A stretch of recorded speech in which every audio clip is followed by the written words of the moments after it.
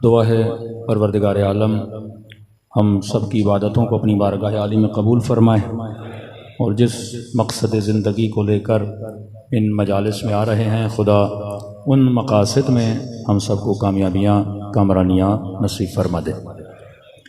مسلسل دا secret net work of اہل البیت علیہ الصلوۃ والسلام کہ اہل بیت کا وہ پنہا، وہ اہل بیت کی چھپی ہوئی تربیت کہ دشمنوں کے ظلم کے باوجود بھی انہوں نے اپنا نیٹ ورک بنایا، اور جس کے ذریعے آج تک جس کی تربیت کے نتیجے میں یہ مجالس اعزا برپا ہو رہی ہیں۔ یہ بھی تو ممکن تھا نا کہ اہل بیت واقع کربلا کے بعد کو تھوڑا کم کر دیں، واقع کربلا کے بعد اہل بیت خاموشی سے بیٹھ جاتے ہیں، لیکن میں نے کل عرض کی کہ امام آمدن امام زین العابدین بازاروں میں جاتے تھے۔ اب ظاہر ایک ایسا ماحول جس میں ماتم کی اجازت نہیں، جس میں گریے کی اجازت نہیں، جس میں کھلم کھلا مجلس عزا برپا کرنے کی اجازت نہیں، تو مولا کبھی وضو کرتے تھے تو روتے تھے، کبھی کسی جوان کی شادی میں جاتے تھے تو روتے تھے۔ یہ ٹیکنیک آف اہل البیت ہے کہ کسی نہ کسی ذریعے سے کوئی ایسا عمل انجام دیا جائے جس سے لوگ امام حسین کو بھول نہ پائیں۔ کہ آپ سنتے ہیں جوان کی شادی میں گئے، رونے لگے، اور یہ کہا اس جوان کو کہ اگر چاہتے ہو میں تمہاری بیٹے کی شادی میں آؤں تو تھوڑا سا اپنی شادی میں علی اکبر کا ذکر کیا کرو۔ کبھی کوئی بچی آ جاتی ہے، پوچھتے ہیں نام کیا ہے، پھر اس سے یہ پوچھتے ہیں کہ کہیں اپنی بچی کو تو تماچا تو نہیں مارتا، پھر ذکر جناب سکینہ کرتے ہیں۔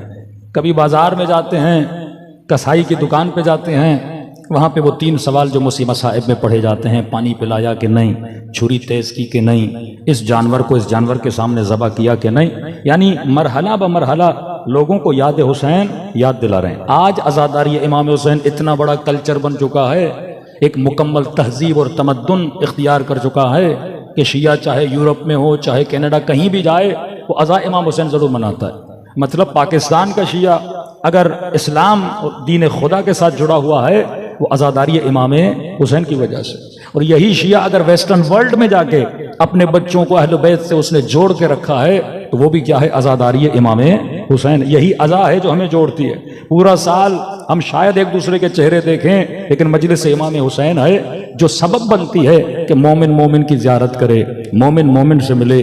ہماری دلوں کو کس نے جوڑا ہے؟ یہ ذکر امام حسین نے جوڑا ہے۔ اسی طرح 5ویں امام کا زمانہ، 6ٹھے امام کے زمانے میں تو باقاعدہ گھروں میں مجلسیں شروع ہو گئی تھیں۔ پھر 8ویں امام کے زمانے میں آپ آتے ہیں، باقاعدہ شعراء، مرثیہ لکھنے والے، نوحہ لکھنے والے، جس میں مشہور ہیں جناب دعبل، جناب حمیری۔ یہ وہ لوگ ہیں جنہوں نے مرثیہ لکھی اہل بیت علیہ الصلوۃ والسلام میں۔ تو آہستہ آہستہ عزاداری ایک کلچر، عزاداری ایک شکل اختیار کرتی گئی جس کو شیعہ مناتے تھے۔ مطلب اگر مجھے پتا ہے کہ امام حسین مظلوم ہیں لیکن پڑوسی کو نہیں پتا تو میں 10 دن گھر میں عزاداری کروں گا۔ اگر مجھے پتا ہے جناب سکینہ پیاسی تھیں لیکن پڑوسی کو نہیں پتا تو ہم کبھی سبیل لگا کے ذکر حسین کو یاد کراتے تھے، کبھی علم لگا کے عباس کے ہاتھوں کو یاد کراتے تھے، کبھی مصائب پڑھ کے لوگوں کو امام حسین یاد دلاتے تھے۔ اور یہی برکت عزا امام حسین ہے کہ دن بدن آپ کی تعداد میں اضافہ ہو رہا ہے۔ یہ ایسے نہیں ہوا کہ اہل بیت علیہ الصلوۃ والسلام کی ٹریننگ تھی، اپنے اصحاب کو سمجھاتے تھے، اپنے گھروں میں محفلیں بناتے تھے کہ میں نے کہا ابتدا امام زین العابدین نے کی، اپنے غلام خریدے، 50,000 کے قریب امام زین العابدین نے غلام خریدے، غلاموں کو تربیت کی اور بعد میں غلاموں کو آزاد کر دیا، تو معاشرے میں بدلاؤ آیا۔ اب مد مقابل دشمن، وہ دشمن جو صلح امام حسن کے بعد 20 سال تک، کہ میں نے عرض کیا کہ اہل شام نے علی دیکھا نہیں تھا، صرف اہل شام نے علی سنا تھا۔ آپ تصور کریں آج 2024 ایک بچہ پیدا ہو، 20 سال کے بعد وہ بچہ 20 سال کا جوان بن گیا۔ اب 20 سال میں اس نے مدینے سے کوئی روایت نہیں سنی۔ یہ آج کا زمانہ تو نہیں جہاز پہ چڑھے اور آپ مدینے چلے گئے۔ 20 سال کے عرصے میں اس نے امیر المومنین کو دیکھا نہیں، امیر المومنین کو سنا نہیں۔ جو کچھ سنا جو اس جوان کو سنایا گیا، اب اس کے دل میں کس کی نفرت آ گئی؟ اہل بیت علیہ الصلوۃ والسلام کی آ گئی نا۔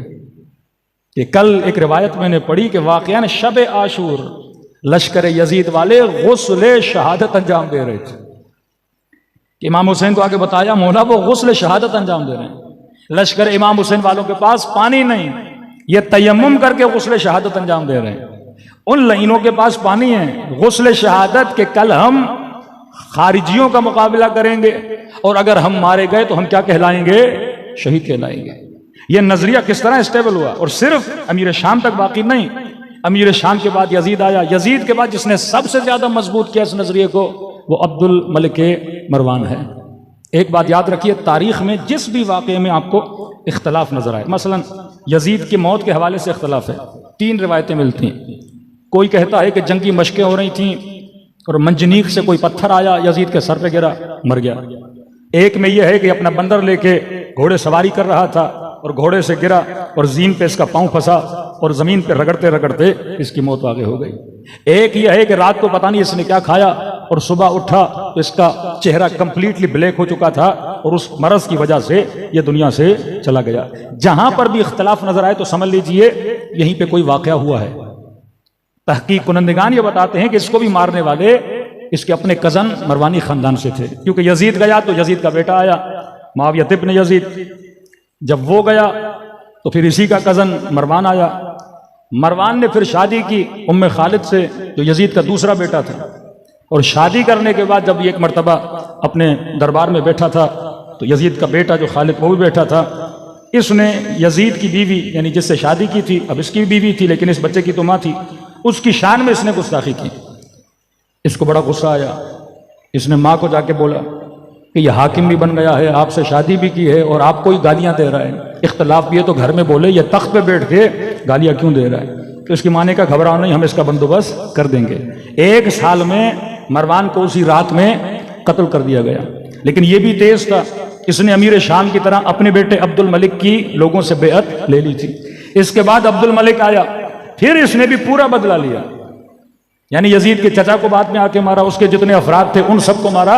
اب یہ تخت سب سے مضبوط ترین حکمران آل امیہ کا امیر شام کے بعد اگر کوئی ٹھہرا ہے وہ عبد الملک ہے. اب اس نے کام کیا کیا؟ ان کے کام بھی سیم تھے یزیدیوں والے، لیکن ایک بدلاؤ لایا انہوں نے اپنے طریقے میں. اہل شام سخت نفرت کرنے لگے تھے یزید کے طریقے سے. واقع ہررا رونما ہوا کہ 3 دن مدینے کو حلال کر دیا گیا. آفیشل ریپ ہوا مدینۃ النبی میں. کئی ہزار زنازادے بچے پیدا ہوئے اس شہر میں. یہ سارے واقعے دیکھ رہے تھے. اہل مدینہ سخت نفرت کرتے تھے شامیوں سے، اہل کوفہ سخت نفرت کرتے تھے شامیوں سے. کوفی کچھ بھی ہوں پھر بھی امیر المومنین کو جانتے تھے، مدینے والے کچھ بھی ہوں رسول کی حدیثیں سنتے تھے، شامیوں کو کیا پتا. انہوں نے اختلاف کیا یزید کی روش سے کہ یزید کا کام برا تھا، حضرت حسین کو نہیں مارنا چاہیے تھا. اب اس سے پہلے اہل شام کو جتنے حدیثیں سنانے والے تھے وہ خود شامی تھے.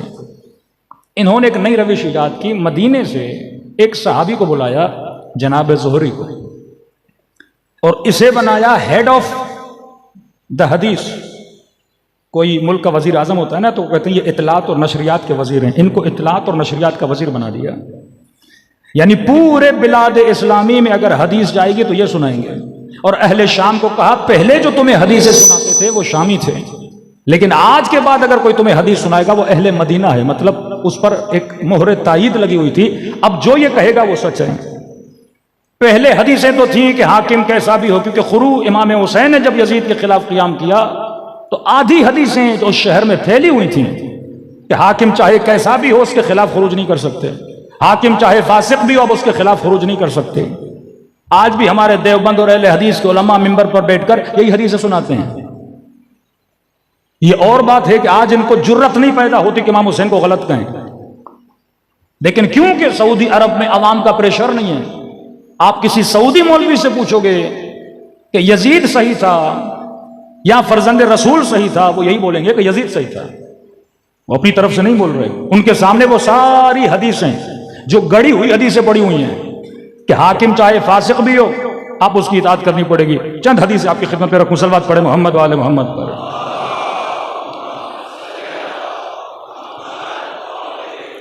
معجم کبیر طبرانی کہتے ہیں کہ رسول نے فرمایا کہ حکمرانوں کی اطاعت کرو، ان کی اطاعت اللہ کی اطاعت ہے. ابو نعیم اصفہانی حذیفہ بن یمان سے نقل کرتے ہیں کہ کہا کہ حاکم کا سایہ اللہ کا سایہ ہے. یعنی اگر حاکم تمہارے اوپر ہے تو یہ مت سمجھو یہ حاکم ہے، یہ کس کا سایہ ہے؟ اللہ کا سایہ ہے۔ مسند احمد ابن حنبل کہتے ہیں جو حاکم کی عزت کرے یہ بالکل ایسے ہے جیسے وہ اللہ کی عزت کر رہا ہے۔ سنن ترمذی جناب ابو بکر سے نقل کرتے ہیں کہ ابو بکر ابن عامر ممبر پر تھے، وہ جناب ابو بکر نیچے بیٹھے ہوئے تھے، تو ابن عامر نے پتلی سی قمیص پہنی ہوئی تھی، تو نیچے والے بندے نے کہا بھائی اس نے پتلی قمیص پہنی ہے، اور رسول خدا نے فرمایا نازک لباس نہیں پہنو، یہ فاسقوں کا لباس ہے۔ جناب ابو بکر نے کہا کہ خاموش ہو جاؤ، تجھے نہیں پتا جو حاکم کی برائی کرتا ہے وہ جماعت سے خارج ہو جاتا ہے۔ حاکم کیسا بھی ہو، چاہے پتلا لباس پہنے چاہے کچھ بھی کرے، ہمیں حق نہیں کہ ہم حاکم کے خلاف ایک جملہ بولیں۔ یعنی آپ کو پتا چلا کہ آپ کے وزیر اعظم نے خدا نہ خواستہ شراب پی لی، آپ بولو شراب نہیں تھی، شہد تھا، نہیں پیر صاحب کا پانی تھا، شراب تھوڑی تھی۔ حاکم کے خلاف ایک لفظ آپ نے نہیں بولنا۔ اب نسبت کس سے دے رہے ہیں؟ کبھی جناب ابو بکر سے، نسبت کس سے دے رہے ہیں؟ کبھی ابو ذر غفاری سے، کہ ابو ذر غفاری جو سخت ترین مخالف حکومت عثمان میں جناب عثمان کا، جن کو تبعید کر کے ربضہ بھیجا گیا، یہ کہتے ہیں کہ دو شخص جناب ابو ذر غفاری کے پاس گئے اور ابو ذر غفاری نے عمرے یا حج کی اجازت مانگی۔ جب اجازت مل گئی تو مینا کے مقام پر کہ رسول نے بھی وہاں پہ 2 رکعت نماز پڑھی، ابو بکر نے بھی وہاں 2 رکعت نماز پڑھی، عمر نے بھی وہاں پہ 2 رکعت نماز پڑھی، اور ان کو اگر کسی نے بتایا کہ جناب عثمان نے مینا میں 2 کی جگہ 4 رکعت نماز پڑھی ہے، یہ پہلی مرتبہ دین میں بدعت آ گئی ہے، تو کہتے ہیں ابو ذر نے کہا کہ یہ اچھا کام نہیں ہے، جو رسول نے نہیں کیا وہ عثمان کر رہا ہے، یہ بدعت ہے۔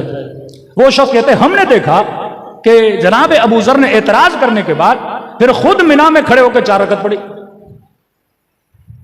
ہم نے کہا کہ ابو ذر ایک طرف حاکم کا اختلاف کر رہے ہو کہ 2 رکعت کیوں پڑھی بدعت ہے، پھر خود 4 پڑھ رہے ہو؟ کہ نہیں، رسول خدا نے فرمایا تھا حاکم غلط بھی کرے تم اس کے راستے پہ چلو، قیامت میں خدا جانے حاکم جانے۔ ایک طرف مخالفت میں ابو ذر کو نکالا جا رہا ہے، دوسری طرف نسبت جناب ابو ذر کی طرف دے کر یہ بتایا جا رہا ہے کہ ابو ذر نے کبھی حاکم کی مخالفت نہیں کی۔ جناب سیوطی فرماتے ہیں ما من قوم سار الی سلطان، کہتے ہیں کوئی ایسی قوم نہیں، اگر کوئی قوم اپنے حاکم کو ذلیل کرے گی اذلہم اللہ فی یوم القیامہ، اللہ قیامت کے دن ایسے بندوں کو کیا کرے گا؟ ذلیل کرے گا۔ پھر جناب حذیفہ فرماتے ہیں کہ جو حاکم کو ذلیل کرتا ہے اللہ قیامت میں اسے ذلیل کرتا ہے، اور اگر جماعت مسلمین میں سے کوئی نکل جائے تو اس کے قتل بھی ہمارے اوپر کیا ہے؟ جائز ہے۔ اب جملوں پہ ذرا غور کیجیے گا، جو حاکم کو ذلیل کرے، جناب حذیفہ جو حاکم کو ذلیل کرے خدا اسے دنیا میں بھی ذلیل کرتا ہے، آخرت میں بھی ذلیل کرتا ہے۔ جب سیدہ زینب دربار میں پہنچی، یزید نے کیا کہا؟ علی اعوذ باللہ، اے علی کی بیٹی اللہ نے آپ لوگوں کو رسوا کیا۔ بی بی نے کیا فرمایا؟ ما رأیت الا جمیلا، یہ تجھے رسوائی لگ رہی ہے، زینب نے حسن کے علاوہ کچھ بھی نہیں دیکھا۔ یہاں تک زمانہ ہے امیر شام کا، جب عبد الملک مروانہ ایک قدم اور حدیثوں کا اضافہ ہوا، وہ تھا اگر حاکم کے خلاف قیام کرے اور جماعت مسلمین میں سے باہر نکلے قد رفض۔ آپ کو کیا بولتے ہیں؟ شیعہ کیا ہیں؟ رافضی ہیں۔ ہم کیا ہیں؟ جماعت المسلمین ہیں، اہل سنت والجماعت، ہم ہیں جماعت۔ یہ جو مجلسوں میں آ رہے ہیں یہ کیا ہیں؟ روافض، جو جماعت سے نکلے ہیں۔ اور نبی نے فرمایا جو جماعت سے نکلے اس کا قتل واجب ہے، جو جماعت سے نکلے وہ فاسق ہے، جو جماعت سے نکلے وہ فاجر ہے۔ اب کہا حاکم کیسا بھی ہو، اور نہ صرف روایتیں اس زمانے کی، پھر اتنی ترتیب سے روایتیں بنائی کہ صرف مسلمانوں کے زمانوں میں نہیں، امت ما قبل میں بھی یہ ہوتا تھا۔ پھر ایک روایت گڑی کہ ایک نبی کا زمانہ تھا، اس زمانے میں ایک حاکم فاسق تھا، فاجر تھا، زانی تھا۔ کچھ لوگوں نے یہ سوچا کہ ہم حاکم کے خلاف قیام کریں گے، یہ زمانہ حضرت زکریا کا تھا۔ پھر یہ لوگ حضرت زکریا کے پاس گئے اور کہنے لگے اے نبی خدا، ہمارا حاکم ظالم ہے، فاسق ہے، فاجر ہے، ہم قیام کرنا چاہتے ہیں۔ حضرت زکریا نے کہا یہ فاسق ہے، فاجر ہے، یہ بات تو صحیح ہے، لیکن اللہ کا فرمان ہے کہ زمین سے پہاڑ کو اکھاڑنا تو آسان ہے، لیکن اللہ نے جس حاکم کو مہلت دی ہے تمہیں حق نہیں اس حاکم کے مقابلے میں آ جاؤ، تمہارے اوپر یہ ہے اس کے فسق و فجور پہ صبر کرو، اس کے شراب پینے پہ صبر کرو، اس کی زنا پہ صبر کرو۔ مطلب ایک ایسا معاشرہ جس میں قطعاً یہ بولنے کی صلاحیت نہ ہو کہ میرا حاکم کیا ہے؟ ظالم ہے۔ اب امام حسین قیام کرتے ہیں، یہاں دیکھو سیرت حسین ابن علی۔ کہ جناب بخاری کے لکھنے والے لکھتے ہیں کہ میں نے 6 لاکھ حدیثوں کو چھان کر چھاٹی کر کے یہ میں نے صحیح ہے بخاری لکھی ہے. 6 لاکھ حدیثیں. اس سے کیا ثابت ہو رہا ہے کہ مسلمانوں میں اتنی جعلی حدیثیں آ گئیں کہ وہ 6 لاکھ حدیثوں کو، مطلب آپ عدد تو دیکھیں کہ حدیثیں کتنی ہوں گی کہ وہ 6 لاکھ سے کچھ حدیثیں لا کے کتاب میں جمع کرتے ہیں. فیکٹری لگ چکی تھی کہ حدیثوں کی. اب ظاہر ہے یہ بیچاری عوام کس پہ بھروسہ کرے؟ مولوی صاحب پہ. آپ میں سے کوئی مجھ سے پوچھے گا تو نہیں نا مولانا آپ یہ کہہ رہے ہیں کہ امیر المومنین نے کہا، بتائیے مولانا نے کہاں کہا؟ مولوی سے تو کوئی سرٹیفکیٹ لیتا ہی نہیں ہے نا. اس زمانے کے بھی عوام آپ کی طرح تھے. ایک بڑا آدمی ممبر پر آ کر بیٹھتا تھا کہ قال رسول اللہ، رسول خدا نے کہا حاکم فاسق ہو، حاکم فاجر ہو، حاکم ظالم ہو، اگر خروج کرو گے تو سیدھا جہنم میں جاؤ گے. عوام بیٹھ گئی. آج جنہوں نے آپ کو کافر کہا، مشرک کہا، لوگ کس کے پیچھے لگے؟ اس مفتی اور مولوی کے پیچھے لگے نا. کہ کراچی میں جب جلوس نکلا تھا کافر کافر شیعہ کافر، میڈیا میں جو نوجوان کام کرتے ہیں، میں نے کہا کیمرہ لو، مائک لو، اور اس جلوس میں جو نوجوان لڑکے چل رہے ہیں اور یہ نعرے مار رہے ہیں کہ شیعہ کافر ہے، میں نے کہا ایک ایک کو پکڑو اور انٹرویو لو اور یہ صرف سوال کرو کہ بھائی کس بنیاد پہ شیعوں کو کافر کہہ رہے ہو. اور جب ان میں سے کسی جوان نے انٹرویو لیا تو جواب یہ آ رہا تھا کہ ہمارے مولوی صاحب نے بولا ہے. عوام کا ذہن کورے کاغذ کی طرح ہے. جو ان کو سمجھایا جائے گا، جو ان کو بتایا جائے گا، وہ مولوی کو موثق مانتے ہیں. لیکن آج میں پڑھے لکھے ان جوانوں کو کہہ رہا ہوں جو آئی ٹی میں اندر کام کر رہے ہیں، یہ چیٹ جی پی ٹی کا زمانہ ہے، یہ آرٹیفیشل انٹیلیجنس کا زمانہ ہے. آپ سب کے موبائلوں میں واٹس ایپ ہے، اس کے اوپر بھی آپشن آ چکا ہے چیٹ جی پی ٹی والا. صرف آپ لکھو ہو از حسین، وہ سارا بتائے گا. آپ لکھو جناب فاطمہ کون تھی، وہ سارا بتائے گا. آپ لکھو واقع کربلا کب رونما ہوا، وہ سارا بتائے گا. پہلے ہم مذہان کہتے تھے آیت اللہ گوگل، ابھی یہ تو مجتہد کی ڈگری ہو گئی ان کے پاس کہ آپ یہاں سوال کیا اور ود ان سیکنڈز آپ کو جواب آئے گا. وہ سوچے گا بھی نہیں جواب. یہ سلونی پوچھو اور آپ نے یہاں سوال کیا، وہ ٹھک جواب دے گا. لیکن سوال یہ ہے کہ اس سلونی کے پیچھے کون ہے؟ امیر المومنین جب کہتے تھے سلونی تو پیچھے علم خدا تھا. یہ آرٹیفیشل انٹیلیجنس سے جب کہتی ہے سلونی مجھ سے پوچھو، اور جب آپ سوال کرتے ہو وہ فر سے آپ کو جواب دیتا ہے، اس کے پیچھے کون ہے؟ اس کے پیچھے وہ انفارمیشن ہے جو آپ نے اپلوڈ کی ہوئی ہے، وہ ڈیٹا ہے جو آپ نے اپلوڈ کیا ہوا ہے. مجھے کسی مومن نے بتایا کہ مخصوصاً وہابی طبقے تحریف کر کے تاریخ کو اپڈیٹ کر رہے ہیں.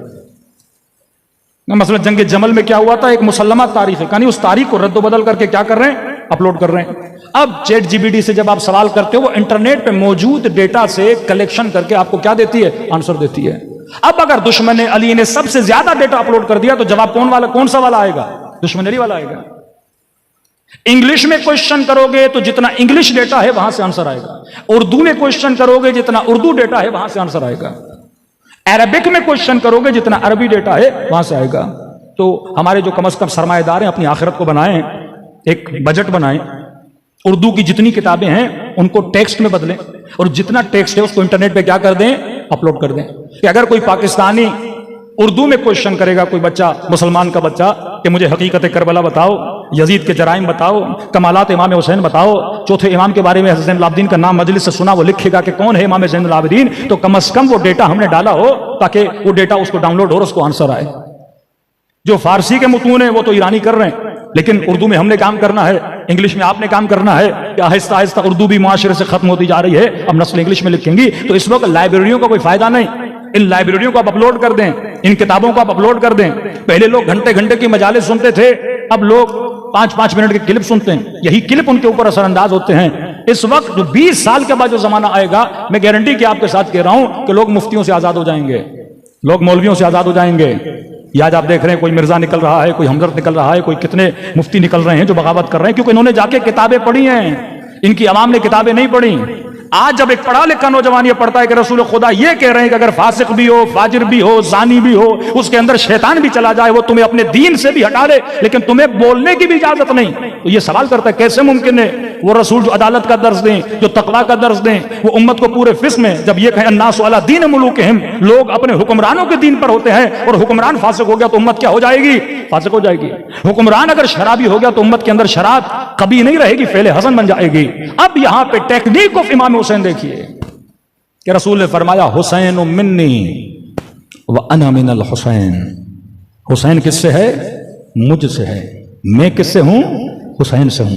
اس کو دنیا نہ سمجھ پائی، ایک طرف روایتوں کی بھرمار کہ حاکم فاسق ہو، فاجر ہو، حبشی غلام ہو، تمہیں حق نہیں اس کے خلاف قیام کرو۔ اب ان ساری جھوٹی حدیثوں پر اگر کوئی تماچا لگا سکتا ہے وہ خون حسین ابن علی ہے، کہ کیسے ممکن ہے کہ حسین اپنے نانا کی حدیث پہ عمل نہ کریں۔ مدینے میں بیٹھے صحابی کو پتا ہے کہ نبی نے کہا، حسین کو نہیں پتا۔ آج کراچی میں بیٹھے ایک مفتی کو پتا ہے کہ حاکم حبشی غلام بھی اس کے خلاف قیام نہیں کر سکتے، کیا فرزند رسول کو نہیں پتا؟ کیا حسن ابن علی کو نہیں پتا؟ تبھی کا حسین منی وانا من الحسین، حسین مجھ سے ہے، میں کس سے ہوں؟ حسین سے ہوں۔ کیا یہ ساری روایتیں امام حسین کو نہیں تھی پتا؟ کہا جو قیام کرے وہ دین سے خارج، جو قیام کرے وہ اللہ کی دربار میں ذلیل ہو جائے گا، جو قیام کرے اسے دنیا میں رسوائی، آخرت میں رسوائی ملے گی، جو قیام کرے اس کا قتل جائز ہے۔ اسی بنیاد پر واقع ہررا پیش آیا، پھر جب جناب حجاج ابن یوسف کو مدینہ بھیجا اور عبداللہ ابن زبیر کو قتل کر دیا گیا، انہی روایتوں کی بنیاد پہ گلے کاٹے گئے، انہی روایتوں کی بنیاد پہ پوری امت کو کیا کیا گیا؟ خاموش کیا گیا کہ آپ کا نہ جائے کہ حاکم کیا کر رہا ہے، جو کرے کرتا رہے۔ اب آئیے اپنے زمانے میں دو فلسفیز بنی، ایک لائن ان لوگوں نے کھینچی جنہوں نے کہا حکما کے خلاف قیام کرنا حرام، ایک لائن امام حسین نے کھینچی، کہا ذلت کی زندگی سے عزت کی موت بہتر ہے، دنیا میں رسوا ہو کے رہوں اس سے بہتر ہے کہ اللہ کی دربار میں عزت پا کے اٹھایا جاؤں۔ نکل رہے کہہ رہے خرج تو اصلاح امت، یہ بگڑی ہوئی امت کی میں حسین اصلاح کرنا چاہتا ہوں، جنہوں نے میرے نانا تک کو نہیں چھوڑا، جھوٹی جھوٹی حدیثیں رسول خدا پہ لگا لی۔ جناب ابو ہریرہ جب کوفے جاتے ہیں تو کوفے کی مسجد میں دو زانو لگا کے بیٹھتے ہیں اور اپنے سر پہ ہاتھ مار کے کہتے ہیں، اے اہل کوفہ میں نے سنا ہے تم کہتے ہو میں رسول پہ جھوٹ باندھتا ہوں، جھوٹی حدیثیں بولتا ہوں۔ اب بولتے تھے یا نہیں وہ الگ بحث ہے، ان کا یہ بولنا کہ تم یہ بولتے ہو اس کا مطلب اہل کوفہ یہ کہتے تھے کہ یہ جھوٹی حدیثیں بناتا ہے۔ کتنی قرآن کی وہ آیت مشہور ہے کہ جس نے اللہ کی رضا کے لیے اپنی جان کو کیا کیا؟ بیچا، مرضات اللہ۔ کہتے ہیں اس آیت کے لیے حاکم وقت نے ایک اکابر امت کے بندے کو کہا کہ تم اس کو بدلو، یہ بولو کہ جس نے اپنے نفس کو اللہ کی رضا کے لیے بیچا تھا وہ ابن ملجم تھا، جس نے علی کو قتل کیا۔ اس نے کہا میں نہیں کر سکتا، کہا 2 لاکھ درہم دوں گا، کہا نہیں، کہا 3 لاکھ درہم دوں گا، کہا نہیں، آخر میں 4 لاکھ میں بک گیا۔ اور اس نے لکھ دیا، یہ تاریخ میں لکھا ہوا ہے کہ یہ آیت کس کی فضیلت میں؟ علی کی فضیلت میں نہیں، ابن ملجم کی فضیلت میں ہے۔ اب ایک ایسا معاشرہ جو اتنا پریشان ہے، 6 لاکھ حدیثوں کی فیکٹریاں لگا دی انہوں نے، جعل حدیث پہ اشرا ہو سکتا ہے، کتنی حدیثیں ویکیپیڈیا میں صرف آپ لکھیں جعل حدیث پورا ٹاپک آ جائے گا، کتنے جھوٹ رسول خدا پہ باندھے گئے۔ یہی واقعہ ابو جہل کی بیٹی سے امیر المومنین کا، مولا علی کا لقب ہے نا ابو تراب، یہ کہتے ہیں نہیں کوئی بڑی بات تھوڑی ہے، یا یہ ہے کہ فاطمہ بضعۃ منی، فاطمہ میرے جگر گوشہ ہے، جس نے فاطمہ کو تکلیف دی اس نے مجھے تکلیف دی۔ آپ اس کو کہاں فٹ کرتے ہو؟ رسول کے جانے کے بعد کہتے ہیں نہیں یہ نبی نے علی کے لیے کہا تھا،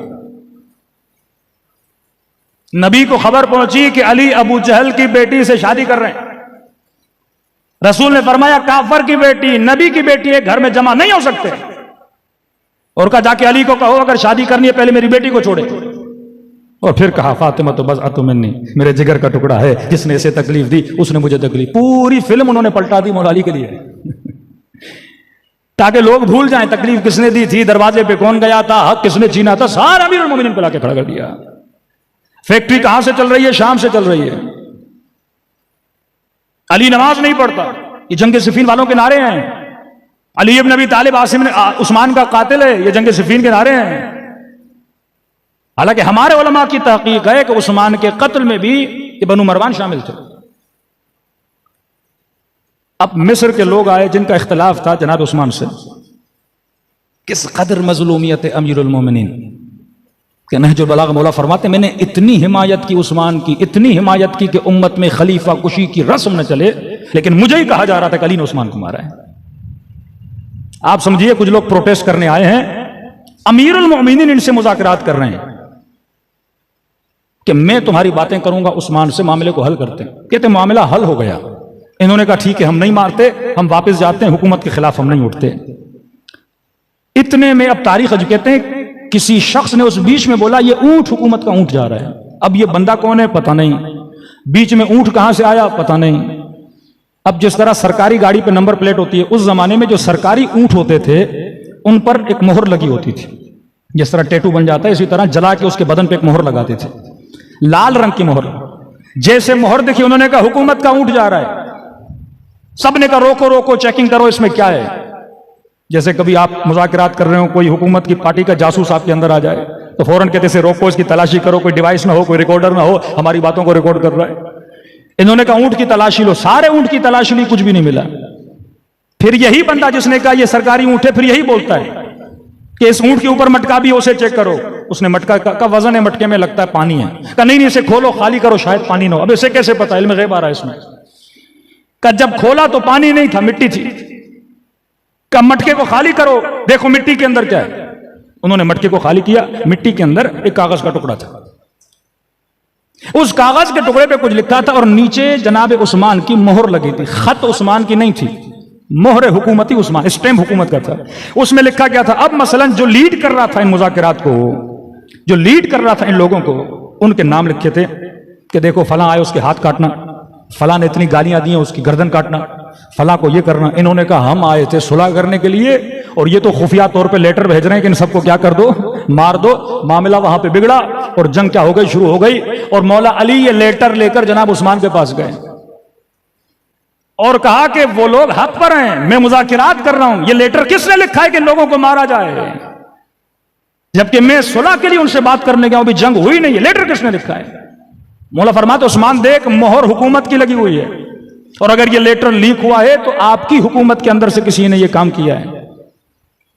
تو مولا اسے سمجھا رہے ہیں، مطلب علی کو پتا ہے تم نے آرڈر نہیں دیا، کسی اور نے آرڈر دیا ہے۔ مظلومیت علی۔ مولا کہتے ہیں بتا عثمان تجھے کس پہ شک ہے، یہ کس نے کام کیا ہے؟ عثمان کہتے علی مجھے تجھ پہ شک ہے۔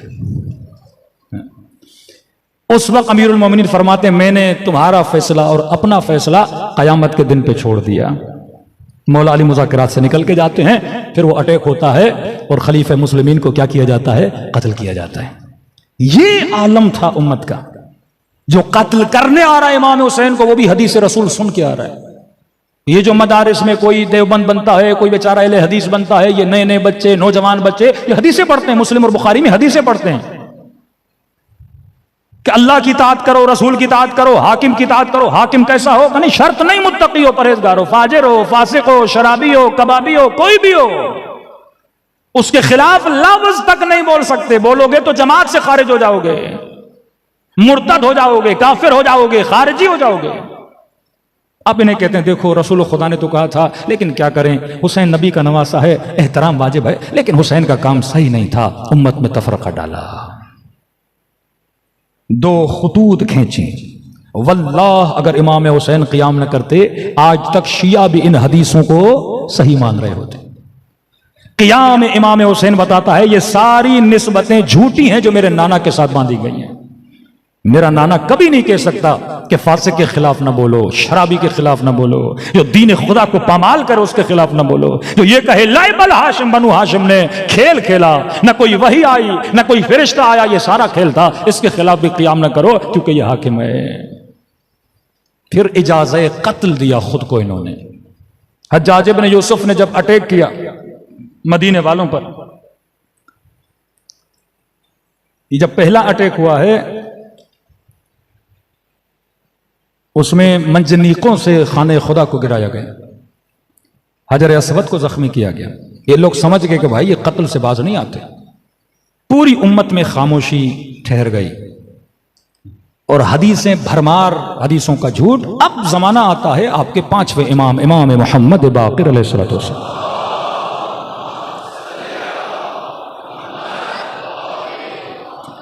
روایت کے جملے ہیں، فرماتے ہیں پانچویں امام کے زمانے تک، اس زمانے میں جو شیعہ تھے، شیعتنا، ہمارے شیعوں کو نہ غسل کا طریقہ آتا تھا، نہ وضو کا طریقہ آتا تھا، نہ اعمال حج آتا تھا. کہ اگر یہ حج بھی کرنا چاہتے تھے یہ دوسروں سے جا کے پوچھتے تھے کیسے ہوتا ہے، جہالت تھی نا. عمرہ بھی کرنا ہے دوسروں سے پوچھتے تھے. آپ کے پانچویں امام نے فقہ کو ایک طرح سے منظم کر کے ترتیب دیا. پہلی مرتبہ کلاسز رکھی آپ کے پانچویں امام نے یہ سکھانے کے لیے کہ حج کیسے ہوتا ہے. اس زمانے میں کلامی مکتب رکھے کہ واقعاً پانچویں امام نے زیادہ خدا پہ بحث نہیں کی، کیونکہ کہا کہ ان کی نماز روزے بھی ضعیف ہیں. کوئی آتا تھا اللہ کے بارے میں پوچھتا تھا کہ اس کو ہم بعد میں ڈسکس کریں گے، پہلے مخلوق خدا کے بارے میں ڈسکس کرو. چھٹے امام نے پھر اور اعلیٰ مباحث کیے کہ جتنی فقہ اربعہ اہل سنت کی نکلی ہیں وہ ڈائریکٹ اینڈ ڈائریکٹ آپ کے چھٹے امام کے کیا ہیں؟ شاگرد ہیں. پانچویں امام نے فوکس کیا دو جگہوں پر، مدینے پہ فوکس کیا اور آپ کے پانچویں امام نے کوفے پہ فوکس کیا. کوفے والے دل سے علی کو چاہتے تھے، اعتقادی طور پہ شیعہ نہیں تھے. مدینے والوں نے پھر بھی امام کو دیکھا ہوا تھا. ان دو جگہوں پہ امام نے کام شروع کیا اور ان غلاموں کو جن کو امام زین العابدین نے ٹریننگ دی تھی ان کو بھیجا کوفے کی طرف. مدینے میں یہی لوگ شاگرد بنے، جگہ جگہ ان کو دلیلیں سکھائیں، جگہ جگہ مناظرے کرواتے تھے امام، جگہ جگہ درس ہائے قرآنی دیتے تھے، جگہ جگہ لوگوں کو یہ بتانا کہ اہل بیت کے طریق میں کہ سیرتنا سیرت النبی فرماتے تھے کہ ہمارا سیرہ رسول خدا کا سیرہ ہے. یعنی لوگ بھول چکے تھے کہ امیر المؤمنین کے زمانے جب مولا علی حکومت پر آتے ہیں تو جب بوڑھے بوڑھے نبی خدا کے زمانے کے لوگ علی کی نماز کو دیکھتے تھے کہتے تھے علی تو وہی نماز پڑھ رہا ہے جو رسول خدا پڑھتے تھے. کہ ایک نماز جو نبی دن میں 5 مرتبہ پڑھے، مسلمان کو آج تک پتا نہیں کہ نبی وضو کیسے کرتے تھے، نماز کیسے پڑھتے تھے. اس قدر امت میں اختلاف آ چکا تھا. آپ کے پانچویں امام نے شاگرد بنائے، شاگردوں کو مختلف جگہوں پہ بھیجا، 2 جگہوں پہ فوکس کیا. تیسری جگہ جہاں پہ آپ کے امام نے فوکس کیا، کیونکہ میں نے کہا اکثر غلام روم کے تھے یا ایران کے تھے، تیسرا فوکس آپ کے امام کا کیا بنا؟ ایران بنا. کہ امام نے اپنے بیٹے کو کاشان کی طرف بھیجا کہ آج آپ کاشان جاتے ہیں، امام کا اپنا سگا بیٹا وہاں پہ موجود ہے. وہاں تک اہل بیت علیہ الصلوۃ والسلام نے کیا کی؟ ٹریننگ دی اور اپنے مکتب کو مضبوط کرتے گئے. اب یہاں حکمران آپس میں لڑتے رہے اور امام محمد باقر اپنے شیعوں کی فکری تربیت کرتے رہے. سب سے زیادہ جو ترقی، اس کو کہتے ہیں گولڈن ٹائم آف شیعہ، شیعت کا گولڈن ٹائم، وہ 2 اماموں کے زمانے میں ہوا. ایک امام محمد باقر، ایک امام جعفر صادق. صلوات پڑھے محمد و آل محمد.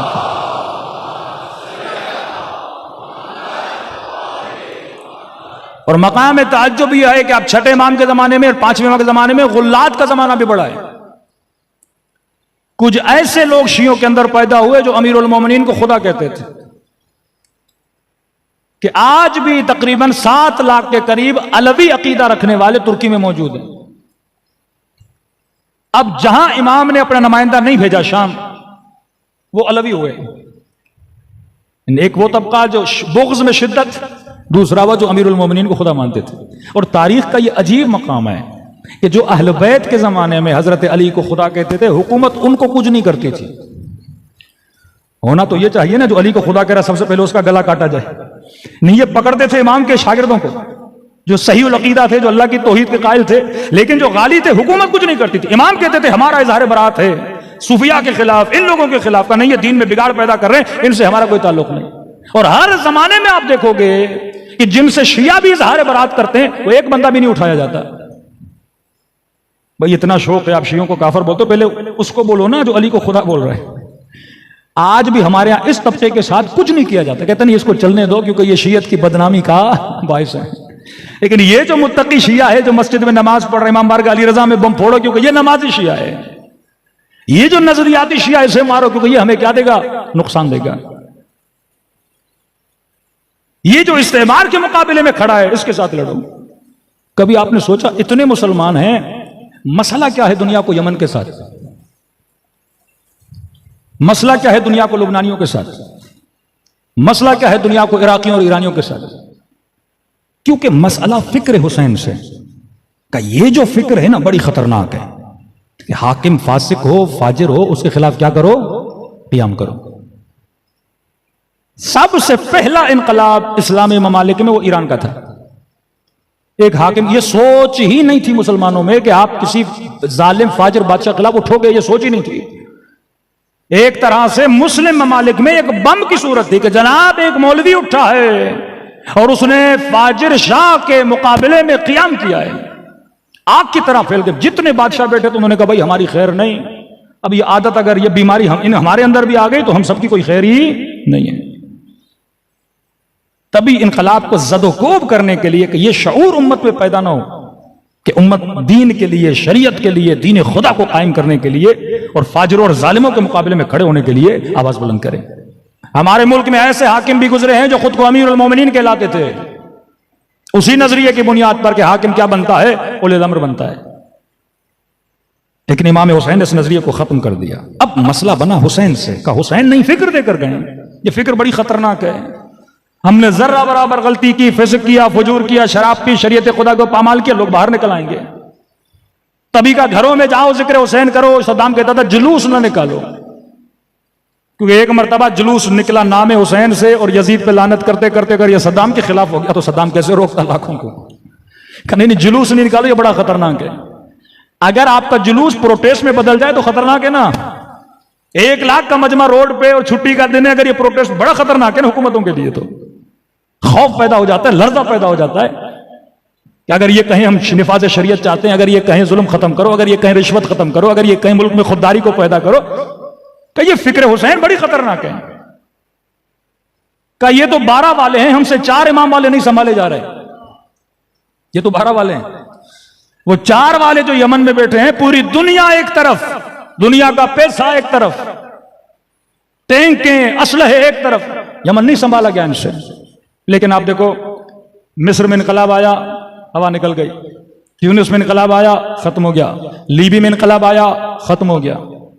یمن آج تک چل رہا ہے، ایران آج تک چل رہا ہے. عراق پر آپ کو یقین نہیں آئے گا کتنے ملینز ڈالر لگے تھے. کہ آپ کی سوچ ہے داعش اگر آ رہا ہے گلے کاٹ رہا ہے اسی حدیثوں کی بنیاد پر. اس نے اپنی خلافت کا اعلان کیا ابو بکر بغدادی نے، میں خلیفۃ المسلمین ہوں. اب کہا جو میرے مقابلے میں آئے گا رسول نے فرمایا گلا کاٹو.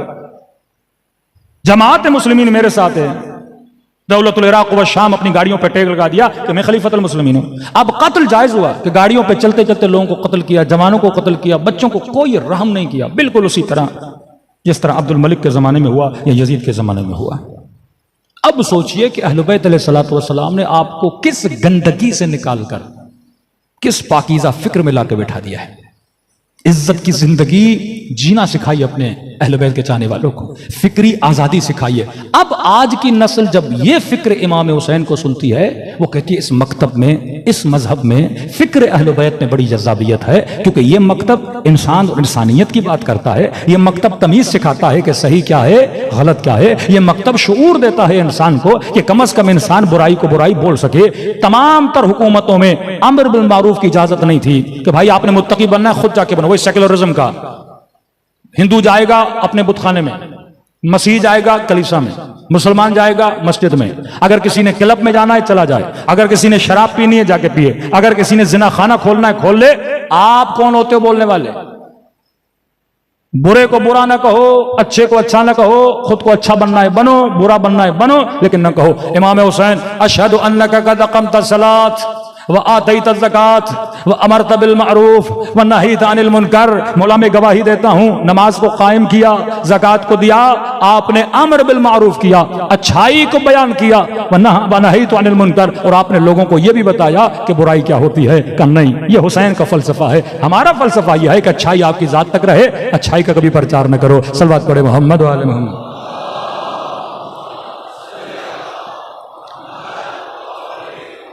کہ مجھے نہیں پتا، میں نے اس تاریخ کا ایک بہت برا کردار ہے شبس ابن ربیع، اس کا ذکر کیا کہ نہیں، ڈیلی سوچتا ہوں لیکن ذہن سے نکل جاتا ہے. کس طرح لوگوں کی شخصیات میں رد و بدل پیدا ہوا. یہ نقطہ صرف ان لوگوں کے لیے بیان کر رہا ہوں کیونکہ آج اگر آپ میں بصیرت نہیں آپ گمراہ ہو جاؤ گے. آج شیعہ کو شیعہ سے لڑایا جا رہا ہے. ایک بہت ہاٹ ٹاپک ہے اجتہاد، بہت چل رہا ہے کہ شیعوں میں اجتہاد نہیں، شیعوں میں اجتہاد نہیں، تقلید نہیں، اہل بیت نے کہا ہماری اخبار کی طرف رجوع کرو، اور کچھ لوگ مناظرے بھی کر رہے ہیں، سب کچھ ہو رہا ہے. ہمیشہ یاد رکھیے عقل، اجماع، قرآن اور سنت اہل بیت، سنت رسول، چار چیزیں. اگر آپ کو کسی معاملے میں حدیث نہیں بھی مل رہی، آپ نے رجوع کس کی طرف کرنا ہے؟ عقل کی طرف کرنا ہے. ہم جب بھی مخالفین تقلید کو یہ بولتے ہیں کہ یہ مسئلہ عقلانی ہے، کہتے نہیں نہیں مولانا صاحب یہ دلیل نہیں دیں کہ کوئی بیمار ہوتا ہے تو ڈاکٹر کے پاس جاتا ہے. آپ اس دلیل عقل کو ایکسپٹ کیوں نہیں کرنے کے لیے تیار ہوتے ہیں؟ تشیع کا مرکز اور محور عقل ہے. اگر آپ تشیع سے عقلانیت کو نکالو گے پھر ہم میں اور دوسروں میں کوئی فرق نہیں ہے. شیعہ لکیر کا فقیر نہیں ہے، یہ اخبار گری ہے کہ بس یہ آ گیا اور ہم نے کرنا ہے، ہم نے اس پہ سوچنا بھی نہیں. یہ فکر شیعوں کی نہیں ہے. جو مخالفین تقلید ہیں وہ پریکٹیکلی بتائیں کہ اگر اس امام بارگاہ میں 500 لوگ بیٹھے ہیں اور کسی بندے نے کسی مسئلے پہ تحقیق کرنی ہو کہ مولانا مثلاً روزے کے عالم میں سر اپنا پاؤں میں ڈالوں، سر پانی میں ڈالوں تو میرا روزہ باطل ہوگا کہ نہیں؟ اب اسے بولیں کہ نہیں 500 کے 500 جاؤ کتابیں پڑھو. یہ تو بالکل ایسے ہے کہ آپ جب بیمار ہو جاؤ تو آپ کو بولا جائے کہ بھئی ڈاکٹر کو نہیں دکھانا، سب نے جا کے ڈاکٹر بننا ہے. پریکٹیکلی امپاسبل ہے. بالکل اسی طرح کہ رسول نے خلافت کا فیصلہ امت پہ چھوڑ دیا. بھائی امت میں اتنے دھڑے، پھر وہی بات الملک لمن غلب، حکومت اس کی ہے جو غالب آ گیا کہ نبی نے فرمایا الملک لمن غلب، جس کی لاٹھی اس کی بھینس. ہم بیمار ہوتے ہیں ڈاکٹر کے پاس جاتے ہیں، گھر بنانا ہو نقشہ انجینئر سے بناتے ہیں، کھانا بنانا ہو اس کو دیتے ہیں جو بورچی ہو، کپڑے سلوانے اس کو دیتے ہیں جو درزی ہو. اجتہاد مسئلے عقلانی ہیں. غیبت امام میں میرے پاس کوئی فقہی مسئلہ آتا میں کس سے رجوع کروں؟ دو راستے ہیں، یا خود جا کے کتاب اٹھاؤں، ہزاروں حدیثوں کو پڑھوں اور نتیجہ نکالوں. دوسرا یہ ہے جو بندہ پڑھا لکھا ہے اس سے پوچھوں. اب وہ پڑھا لکھا کیسا ہونا چاہیے؟ معصوم نشانیاں بتاتے ہیں کہ وہی جو شرائط امامت کی ہیں. یہ ایک درجہ کم تر ہے. امام کون ہوگا؟ عالم ہوگا. امام کون ہوگا؟ عادل ہوگا. یہی شرط ہے آپ کے مجتہد کی. سائل لنفس سے وہاں شرط معصومیت ہے، یہاں شرط ترک گناہ ہے. اس سے پوچھو جو صیانت نفس والا ہو، متقی ہو. اگر امام نے نہ بھی کہا ہو، عقل بھی کہتی ہے بندہ ایسے بندے سے پوچھے جو متقی ہو، جو خیانت نہ کرے معصوم کے فرمان میں، جو پیسے لے کے جھوٹی فتویٰ نہ دے. کا پہلی چیز صیانت نفس. عادل ہو، عالم ہو، جاہل سے نہ پوچھنا، جس کو کم از کم ہمارے علوم اور اخبار میں کیا ہو؟ تبحر حاصل. اب دیکھا کہ اس عقلانی دلیل کا کسی کے پاس جواب نہیں کہ میں نے کہا جو یہ کہہ رہا ہے کہ تقلید نہ کرو وہ اپنی کیا کرا رہا ہے؟ انڈائریکٹ تقلید کرا رہا ہے نا. کہ اسی کو لوگ فون کر کے کہتے ہیں اچھا یہ بتائیے زنجیر زنی کریں کہ نہیں؟ تو بھائی تم بولو نا مجھ سے نہیں پوچھو، کتاب جا کے پڑھو. کیوں بولتے ہو؟ آپ سے کوئی فون کر کے پوچھے آپ جواب دے رہے ہو تو وہاں آپ کیا بنے ہوئے ہو؟ مجتہد بنے ہوئے ہو نا. اپنی روش کے خلاف چل رہے ہو. آپ کو تو یہ کہنا چاہیے نہیں اخبار معصومین مجھ سے نہیں پوچھو. مطلب آپ سے پوچھے تو صحیح، سستانی سے پوچھے تو غلط ہے. ہاں بھائی آپ سے پوچھے تو صحیح، سید علی خامنئی سے پوچھے تو غلط ہے. تو بھائی یہ تو پوچھنے والے پر ہے نا، وہ آپ کو زیادہ متقی مانتا ہے یا سید علی خامنئی کو زیادہ متقی مانتا ہے؟ وہ آپ کو زیادہ عالم مانتا ہے یا سید علی سستانی؟ کوئی ہر بندے کی اپنی مرضی ہے. پوچھنا بالآخر میں نے عالم سے. انسان پیدا ہوتے ہی تقلید کرتا ہے. پیدا ہوتے ہی بچہ پیدا ہوا بولنے میں ماں باپ کی تقلید، چلنے میں ماں باپ کو دیکھ کے چلتا ہے. اسکول گیا ٹیچر نے کہا اے سے لکھو، اے لکھنے کی انسان تقلید سے بچ نہیں سکتا. لکھنے میں، پڑھنے میں، چلنے میں، ڈرائیونگ میں، ہر چیز میں انسان نقل کرتا ہے. جو نہیں آتا اس سے پوچھتا ہے جس کے پاس علم موجود ہے. اگر کسی نے پیدا ہوتے تقلید نہیں کی وہ یا نبی ہے یا علی ہے. جو کسی دنیا کے مدرسے میں نہیں پڑھے، جو اللہ کی دربار کے یہاں سے علم لے کر آئے. اب میں نے دیکھا کہ انہوں نے دیکھا کہ بھائی ہم تو اس کی دلیل نہیں دے سکتے. اب کیا کرتے ہیں؟ کہتے ہیں ٹھیک ہے لیکن خمس نہیں دو ان مجتہدوں کو. کبھی غور کیا کرو، آئے ولایت ہے نا، انما ولیکم اللہ والرسول والذین آمنوا الذین یقیمون الصلاۃ ویؤتون الزکاۃ. ولایت کے ساتھ اللہ نے زکوٰۃ کا ذکر کیا ہے. نظام ولایت نہیں چل سکتا جب تک امت پیسہ نہ دے، یاد رکھیے گا.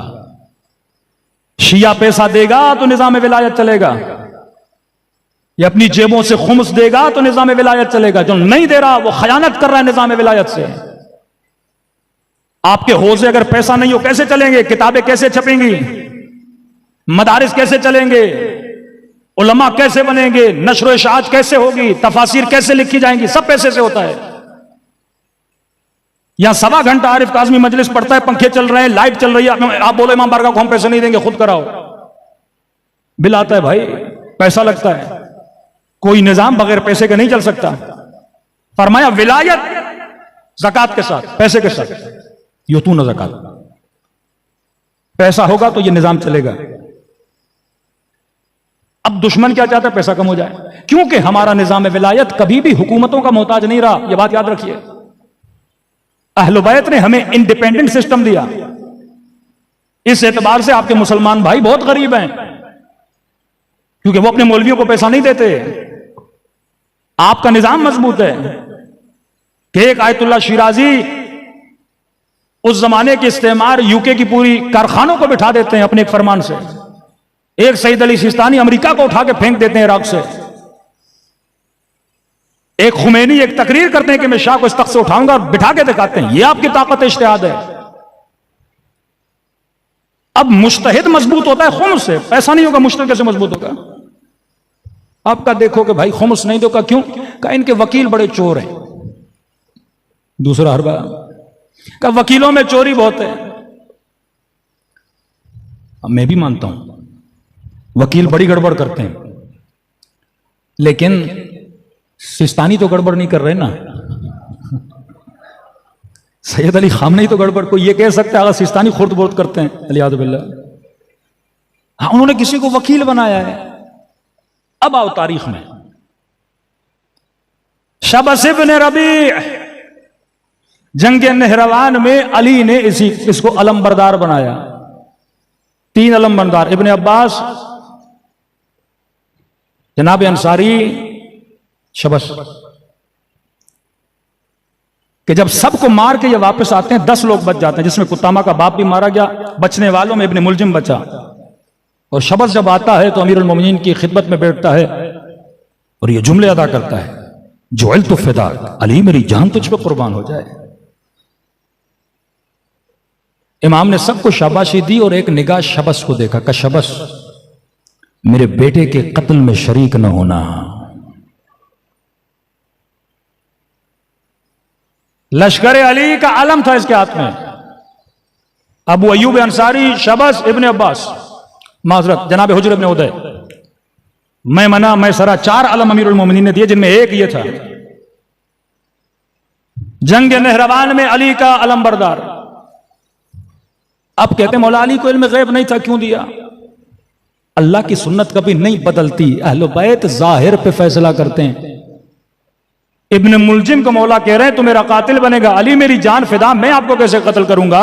کہ مولا اگر قتل کروں گا مجھے ابھی قتل کر دے. فرمایا علی جرم کے ثابت ہونے سے پہلے مجرم کو سزا نہیں دیتے.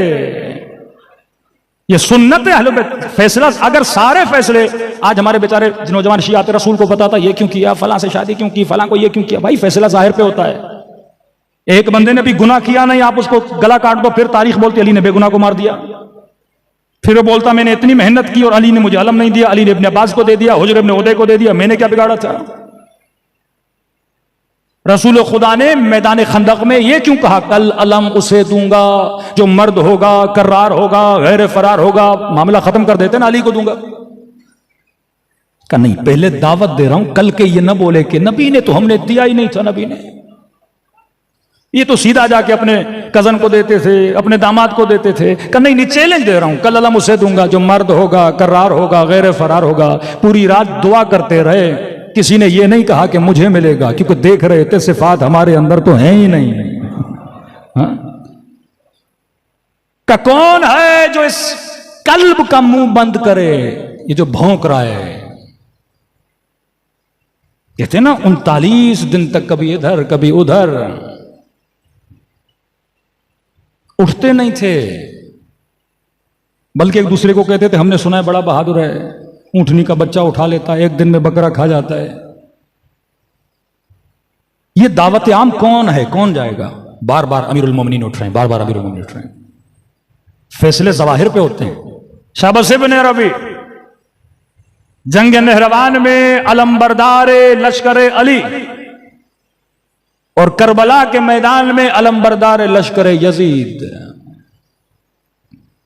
اور یہ وہ ہے جس نے امام حسین کو خط بھی لکھا تھا۔ اور مولا جب جاتے ہیں خطبہ دیتے ہیں، شبس کو کہتے ہیں شبس، کیا تو نے حسین کو خط نہیں لکھا تھا؟ مکر کیا؟ میں نے نہیں بلایا، کہ عباس خیمے سے خط لے کر آ۔ شبس کا خط دکھایا، کل کو یہ نہ بولے کہ حسین جھوٹ بول رہے تھے۔ جب خط دکھایا تو شرمندہ ہوا اور کہا شباز تو وہی ہے جو نہروان میں میرے بابا کے ساتھ تھا، علمبردار تھا، میرے بابا نے کہا تھا میرے بیٹے کے قتل میں شریک نہ ہونا، کیا کہا تھا؟ علی میں اور آپ کے بیٹے کا قاتل بنوں گا۔ وہی جملے جو جناب زبیر کو کہا کہ جس علی کو دیکھ کے عبادت کر رہے ہو، کل اسی علی کے مقابلے میں یا رسول اللہ میں اور علی۔ تو کہتا ہے کہ حسین تیرے بابا نے مجھ پہ جادو کیا تھا۔ اب بتاؤ، زیاد کا باپ زیاد ابن ابی علی نے گورنر لگایا، اس کا بیٹا قاتل امام حسین، کیوں لگایا امام حسین؟ وکلا کی بات ہے تو پھر امیر المومنین نے ایسے گندے لوگوں کو وکیل کیوں بنایا؟ فیصلہ ظاہر پہ ہوتا ہے۔ آپ کی داڑھی ہے، 4 وقت نماز پڑھتے ہو، کسی مجتہد کے پاس جاتے ہو، پڑھے لکھے ہو، دین کا علم ہے، یہ تو قبلہ میں فلاں جگہ پہ خمس جمع کر سکتا ہوں، صلاحیت میرے اندر ہے، وہ 4 لوگوں سے پوچھتے کہتے بندہ صحیح ہے، آپ کو اجازت دیتے ہیں، اور بندے نے اجازت لے کے بعد میں اس میں لالچ پیدا ہو گئی، پیسہ کھا گیا، مجتہد کا کیا جائے بھائی؟ مسئلہ مجتہد کے ساتھ ہے، اس کی عدالت تب ثابت ہوتی ہے جب وہ خود پیسے میں خورد برد کریں۔ لیکن یہ الزامات تاکہ لوگوں کو نظام خمس سے توڑا جائے اور آپ کے حوزے کمزور ہو جائیں، اور جب حوزے کمزور ہوں گے تو ترویج مکتب کیسے ہوگا؟ آج آپ UK جاتے ہو، آئے خوئی کی بہت بڑے بڑے سسٹم وہاں پہ، آج آپ ہمبرگ چلے جائیے، جرمنی چلے جائیے، اتنی بڑی مسجد جرمنی کے مین علاقے میں، پوش علاقے میں، اربوں ڈالر کی ملکیت، شیعوں کی مسجد ہے وہاں پہ، مدارس ہیں آپ کے، حوزے علمیہ ہیں آپ کے۔ افریقہ آپ کو نہیں پتا، چلے جائیے بلال فاؤنڈیشن دیکھیے، کتنے کالوں پہ کام ہو رہا ہے، سہیلی لوگوں پہ کام ہو رہا ہے۔ یہ مذاق ہے کہ نائجیریا میں 10 ملین سے زیادہ لوگ شیعہ بن جائیں، یہ آپ کا نظام خمس۔ اور کچھ ایسے لوگ جو 4 اچھی باتیں کر کے آپ کے جوانوں کو اٹیک کریں اور مجتہدین پہ اٹیک کریں اور خمس کے نظام پہ اٹیک کریں، تاکہ اگر خمس کا نظام کلیپس ہو گیا آپ کے حوزے نیچے گر جائیں گے، اگر کوئی تقلید نہیں کرے گا اجتہاد کا نظام ختم ہو جائے گا، اس کے بعد ترویج مکتب تشیع کیا ہو جائے گی؟ ختم ہو جائے گی۔ جب تک آپ کے اندر مرکزیت نہیں ہوگی، جب تک آپ کے اندر لیڈرشپ نہیں ہوگی، تب تک یہ نظام نہیں چل سکتا۔ اور یہی لعین کہتا ہے حسین تیرے بابا نے مجھ پہ جادو کیا۔ امام حسین خطبے کو جاری رکھتے ہیں اور اتنا بدبخت وقیح کہ ابن سعد کو کہتا ہے ابن سعد تو نے ہمیں حسین کو مارنے کے لیے بلایا ہے یا حسین کی تقریریں سنانے کے لیے بلایا ہے؟ اس وقت یہ لعین ایک نظر کرتا ہے، کہتا ہے حسین میں نظر کر رہا ہوں اللہ کی دربار میں، تجھے قتل کرنے کے بعد تبرکن کوفے میں ایک مسجد بناؤں گا۔ ہمارے معصومین کہتے ہیں نا کہ عاشورہ کے دن روزہ نہ رکھو، یوم عاشورہ تبرکت بہ بنو امیہ، یہ بھی جعل حدیث کی بڑی روایت ہے، رسول نے کہا یہ کرو یہ کرو یہ کرو، تاکہ لوگ عاشورہ بھول جائیں، اپنی مردوں کی قبروں پہ جائیں۔ عاشورہ کے دن سفید لباس پہنو، عاشورہ کے دن عطر لگاؤ، عاشورہ کے دن نہا کے اپنے مردوں کی قبروں پہ جاؤ، عاشورہ کے دن روزہ رکھو، عاشورہ کے دن خوشی مناؤ، کیونکہ نبی نے کہا، نبی نے، یہ ساری بنو امیہ کی جھوٹی حدیث ہے جس پہ آج پوری امت چلتی ہے۔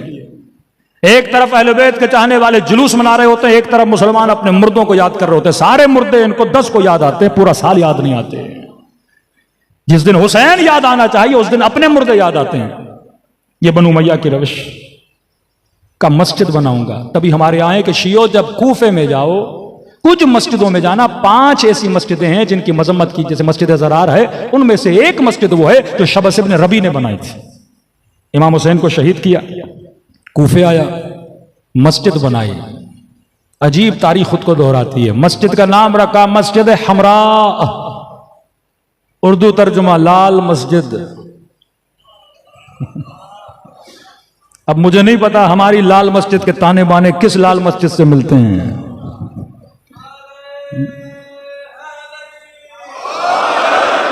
لیکن عجیب تاریخ نے خود کو دوہرائی. یہ ساری تاریخ پاکستان میں کیوں دوہراتی ہے خود کو، یہ مجھے نہیں پتا.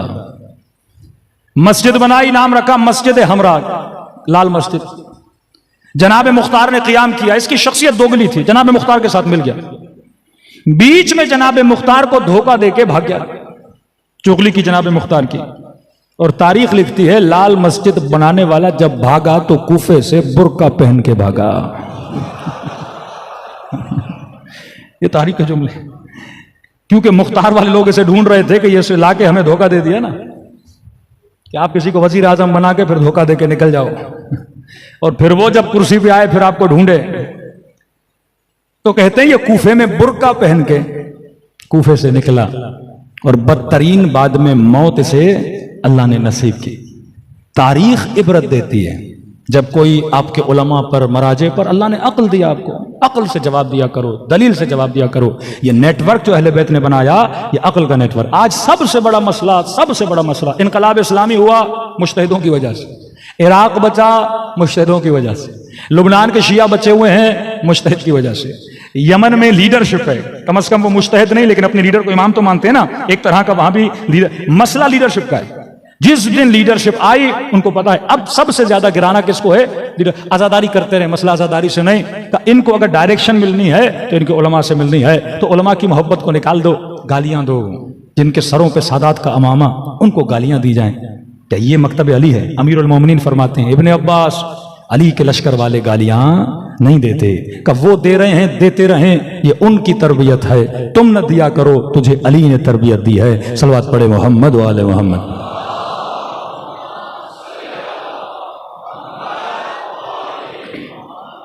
بارے دیگر صلوات پڑھے محمد و آل محمد.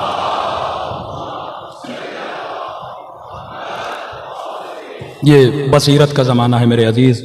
میں جانتا ہوں ہمارے کافی نوجوان آئی ٹی کے اندر کام کر رہے ہیں. اس وقت ترویج دین بہت آسان ہے. یہ کتابیں خرید لیں، شیعوں کی کتابیں، جعل حدیث کے ٹاپک. علم نہیں ہے لوگوں کے پاس، نالج نہیں ہے لوگوں کو، اپنی تاریخ کا نہیں پتہ. آج کسی بھی مسلمان بھائی کو لیجئے کہ یہ ہمیں اس امت اسلامی کے 12 خلیفوں کے نام اور کارنامے بتاؤ، نہیں پتا لوگوں کو. ملیشیا میں ملیشین مسلمانوں سے پوچھ رہا تھا کہ رسول خدا کے نواز کسی کو نہیں پتا. آل ابا کون ہیں، پنجتن کون ہیں، بیٹی کا نام کیا تھا، نواسوں کا نام کیا تھا، کربلا میں کیا ہوا تھا، کچھ نہیں پتا. یہ شکر خدا کرو کہ آپ کے بچوں کو فرش ازاں نے علم دیا ہے. آپ کے دلوں میں عشق خدا، عشق رسول اور عشق آل رسول ہے. کہتے ہیں کربلا کا ایک شہید ایسا ہے جس نے امت پر اور انسانوں پر حجت کو تمام کر دیا. امام زین العابدین فرماتے ہیں حجت الکبریٰ. قاسم کی شہادت حجت کبریٰ نہیں، اکبر کی شہادت حجت کبریٰ نہیں، عباس کی شہادت حجت کبریٰ نہیں. فرماتے ہیں ایک شہید کی شہادت حجت کبریٰ، یہ بڑی حجت ہے. مطلب آج کا مسلمان اس کو سنے اور نہ سوچے اللہ نے اس پہ حجت تمام کر دیے، یہ قیامت کے عذاب الہی کا حقدار ہوگا. کس شہید کی شہادت؟ فرمایا وہ ہمارے علی الاصغر کی شہادت. عباس سے لڑ رہے تھے، عباس بڑے تھے، تمہارے مقابلے میں تھے، شہید کیا. مولا حسین سے لڑے، مقابلے میں آئے. علی اکبر سے لڑے، مقابلے میں آئے، جنگ تھی. قاسم مقابلے میں آئے، جنگ تھی. لیکن میرے مولا فرماتے ہیں اصغر نے کیا کیا تھا؟ ایک 6 مہینے کا بچہ کیا مانگنے آئے تھے حسین کہ لشکر یزید اگر تمہاری دشمنی ہے تو حسین سے. میرے 6 مہینے کے بچے نے کیا بگاڑا؟ یہاں تک کہ حسین پیاس تجھے لگی ہے، بہانہ بچے کا کر رہے ہو. ملتا ہے بچے کو خاک کربلا پہ رکھا، کا بچہ چھوڑ کے جا رہا ہوں، پانی پلا لو پھر مجھے حسین کو واپس کرو. کہتے ہیں جب رکھا نا زمین پہ امام حسین نے تو علی اصغر نے خشک زبان نکال کے ہونٹوں پہ پھیرنا شروع کیا. اشقیاء کی آنکھوں میں آنسو آ گئے. میں مشہد میں تھا، ہاسپٹل میں کوئی کام تھا. میں نے دیکھا ایک والد ہے، گود میں بچی ہے اس کے، 2.5 سال 3 سال کی، تڑپ رہا تھا یہ باپ، بچی کا چہرہ لال جیسے سانس بند ہوا پڑا۔ تھوڑی دیر کے بعد وہ باپ اوپر آیا اور روئے جائے، چیخے جائے، ماں روئے جائے۔ میں نے پوچھا کیا ہوا ہے؟ کہا ان کی بچی مر گئی ہے۔ میں نے کہا ہوا کیا تھا؟ کہا باپ نے غلطی سے بیٹی کو انگور دیا، چھوٹی بچی، اس نے نگل لیا، انگور جا کے گلے میں پھنس گیا۔ اب گلے میں گھٹلی پھنس گئی، اس باپ کا تڑپنا دیکھتے یہ گھٹلی نکال نہیں پا رہا تھا۔ آغائے عالی فرماتے ہیں گھٹلی پھنس جائے باپ تڑپ رہا تھا۔ کا سوچو حسین پہ کیا گزری ہوگی۔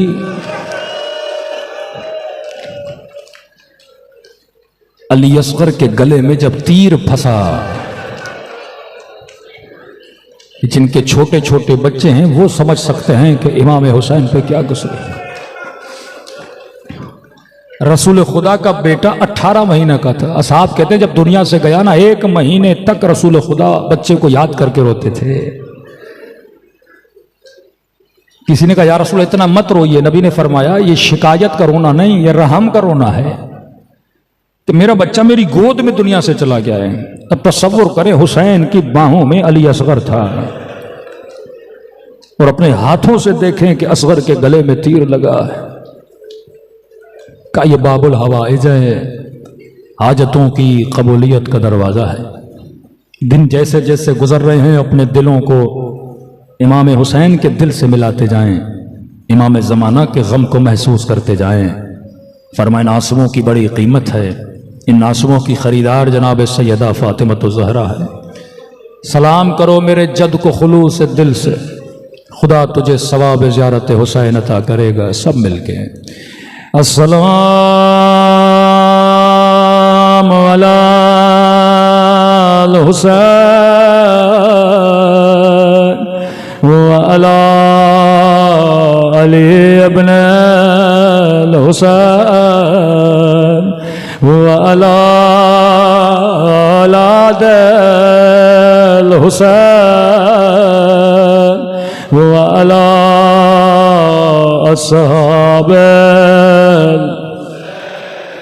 سب مل کے السلام علی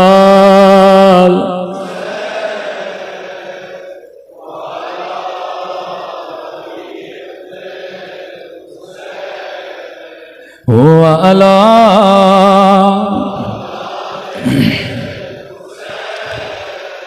وعلی اصحاب حسین کی صدا بلند ہو، السلام علی حسین وعلی علی ابن حسین وعلی اولاد وعلی اصحاب۔ میرا سلام ہو رباب کی اجڑے ہوئے گودے پہ،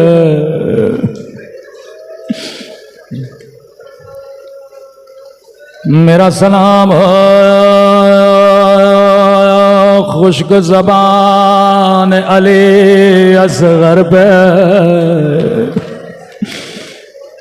میرا سلام ہو مظلومیت حسین پہ۔ اللہ آپ سب کو کربلا کی زیارت نصیب کرائے۔ ایک مولا کا عزادار جب کربلا گیا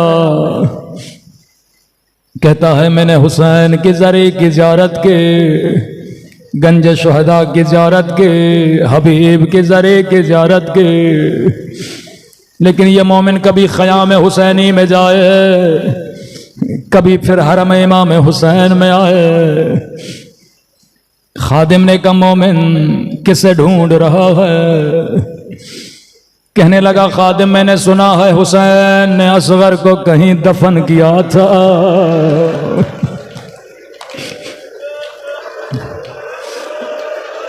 مجھے بتا یہ ننھی سی قبر کہاں ہے؟ خادم نے کہا مجھے بھی نہیں پتا۔ یہ عزادار آیت اللہ کشمیری کے پاس آیا، کہنے لگا قبلہ میں نے بڑا ڈھونڈا لیکن کہیں اصغر کی قبر نہ ملے۔ آغا کشمیری کہتے ہیں میں نے بھی آج تک یہ نہیں سوچا تھا کہ آپ ہی سے سنا ہے خیموں کے پیچھے ننھی سی قبر بنائے تھے۔ آغا کشمیری کہتے ہیں مجھے ایک رات کی مہلت دو، میں کتابوں میں دیکھوں گا۔ آغا کشمیری کہتے ہیں پوری رات میں نے مقتلوں کو کھولا، واقعاً یہ ننھا سا بدن کہاں دفن ہوا، لیکن مجھے کوئی روایت نہیں ملے۔ میں نے امام حسین سے توسل کیا، مولا آپ کے عزادار پوچھتے ہیں علی اصغر کی قبر کہاں ہے؟ کہتے رات کو سو گیا، خواب کے عالم میں امام حسین کی زیارت ہوئی۔ مولا نے فرمایا کشمیری میرے عزاداروں کو کہہ دو آج کے بعد میرے اصغر کو نہ ڈھونڈا کرے۔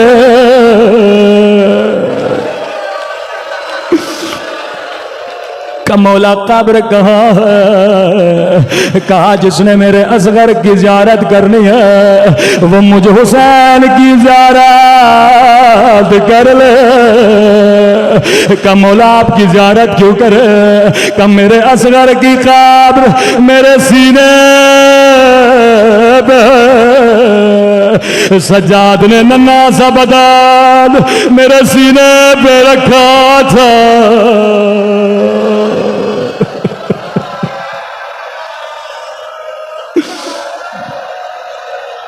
میرے اصغر کو تلاش نہ کیا کرو، علی اصغر حسین کے سینے پہ کتنا باوفا تھا علی اصغر۔ جب میرے مولا تک و تنہا ہو گئے آواز دے حل من ناصر ینصرنا، ہے کوئی میری مدد کرنے والا، ہے کوئی فرزند زہرا کی مدد کرنے والا۔ رباب کہتی ہیں بچے نے تڑپنا شروع کیا، خود کو جھولے سے زمین پہ گرایا۔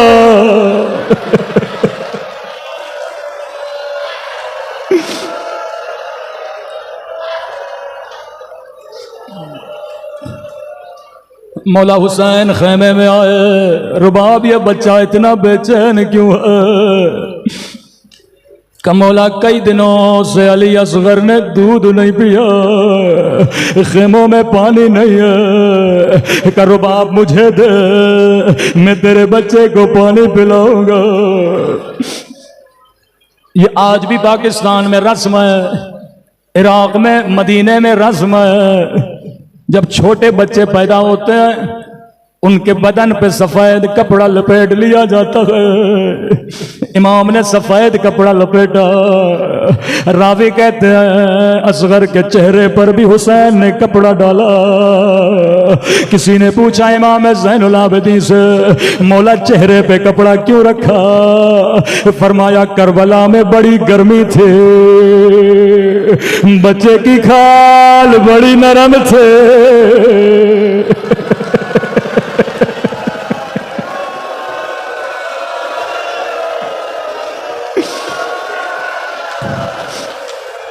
حسین نہیں چاہتے تھے اصغر کی کھال پہ گرم دھوپ پڑے، دونوں ہاتھوں پہ اصغر کو اٹھایا، کہنے لگے فوج اشقیا اگر دشمنی ہے تو حسین سے ہے، میرے 6 مہینے کے بچے نے تیرا کیا بگاڑا؟ لعینے کا حسین تجھے پیاس خود لگی ہے، بہانہ علی اصغر کا کر رہے ہو، روکے گا اصغر، حجت خدا کے بیٹے ہو، بیٹا حجت تمام کرو۔ اتنا کہنا تھا، ننھی سی زبان باہر نکلے، فوج اشکیا منہ چھپا چھپا کے رونے لگے۔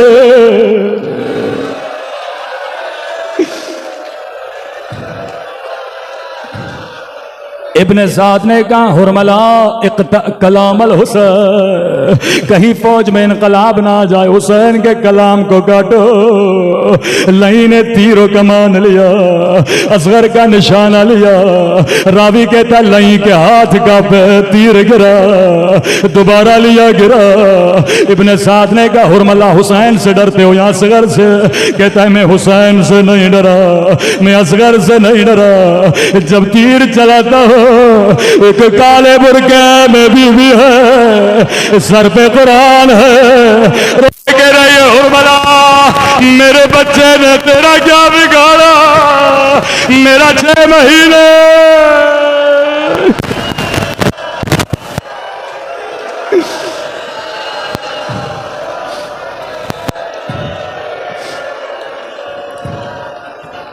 لئی نے کہا تو نشانہ لے، میں تیری آنکھوں پہ پٹی باندھتا ہوں۔ راوی کہتا ہے عرب کے یہاں 2 طرح کے تیر ہوتے تھے، ایک تیر حیوانوں کو گرانے کے لیے، ایک تیر انسانوں کو گرانے کے لیے۔ لئی نے وہ تیر اٹھایا جس کا وزن اصغر سے زیادہ تھا، یہاں تیر کماں سے نکلا، من العزل الى العزل۔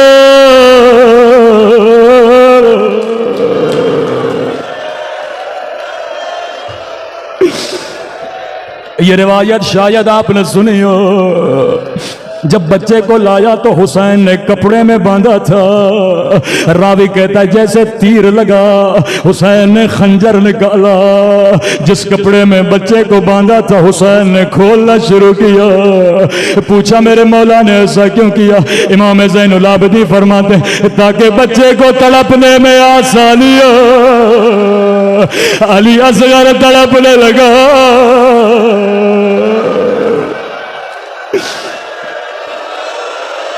ابھی شبی کو نہ لائیں، ابھی شبی کو نہ لائیں۔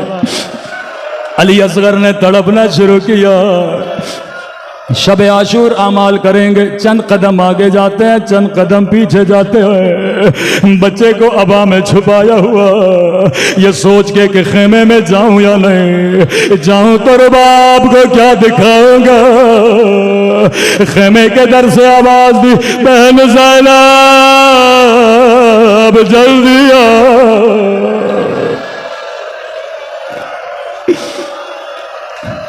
بی بی زینب فرماتی ہے میں نے سمجھا اصغر نے پانی پی لیا، کیونکہ مجھے بچے کے رونے کی آواز نہیں آئے، لیکن جب میں پہنچی میں نے کیا دیکھا، 2 ننھے سے قدم خون میں رنگی، حسین کی داڑھی پہ خون۔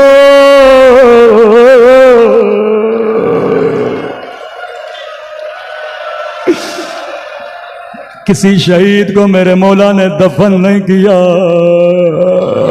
کہا میرے بچے کا بدن نرم ہے، گھوڑوں کی ٹاپوں کا وزن کیسے برداشت کرے گا۔